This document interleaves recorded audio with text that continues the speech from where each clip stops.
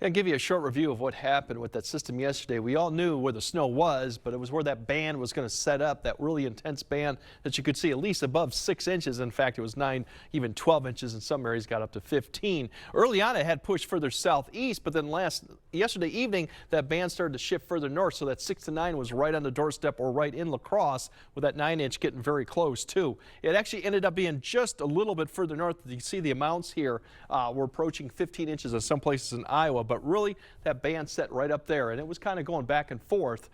More like a springtime system. March and April, you tend to get these systems that have a very narrow band of snow given the warmer conditions of the system. So something we don't usually see in February, more likely we see in March, April, or even early May with snow amounts too. Makes it tricky.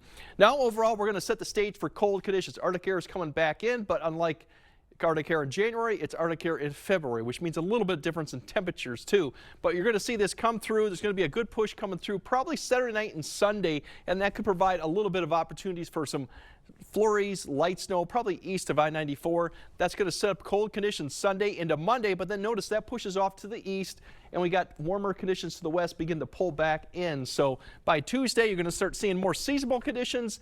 And then we got the next chance of accumulating snow, right? You can see this little system come through here.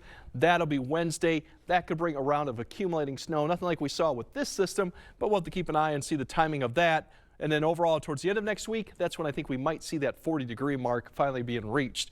We're still in the influences of this low, and it's not going to move much too as disturbances kind of keep diving southeastward into the area through the weekend, as I mentioned. That means we'll still have the blustery winds, especially on Sunday. We'll also have a few flurries too, and the cold conditions will continue. For tonight, mainly teens, flurries, activities, but the winds will decrease. Good news is cloud cover will keep those temps up. If we didn't have the cloud cover, we'd probably go a lot lower given the fresh snow that's now on the ground for a lot of areas. For tomorrow, really these are temperatures you would expect towards the end of January, not towards the almost the end of February. Cold, the winds 10 to 15, a little bit of wind chill. Cloud cover, and then Saturday night you might see a few flurries come through before Sunday. The wind will be more of a factor here as the gradient kind of tightens up and that north wind increases. So really barely getting to 20 degrees. In fact, with snow cover, it might be a few degrees colder too, just we'll have to wait and see. The coldest conditions are likely going to come Sunday night and Monday morning, given we'll clear out, the winds will die down. These may be too conservative or too high given the snowpack. We probably will see some areas get below zero, especially the colder locations, given we have that fresh snow. So a very cold start for Monday, and it still remains cold. Mid-20s, we'll have a lot of sunshine, increasing clouds because we have the next few systems that'll be coming through as we get closer to it. Now, wind chill factors, they will be a factor going into Sunday morning. We're already below zero in a lot of areas, and given those winds will be quite gusty on Sunday, they're likely to stay in the single digits for most of the day, maybe get up to the low teens. And then going into Monday morning, temperature falls back, the winds do decrease, but we'll probably see wind chills at least negatives, maybe even below zero, just depends on what those low temperatures look like.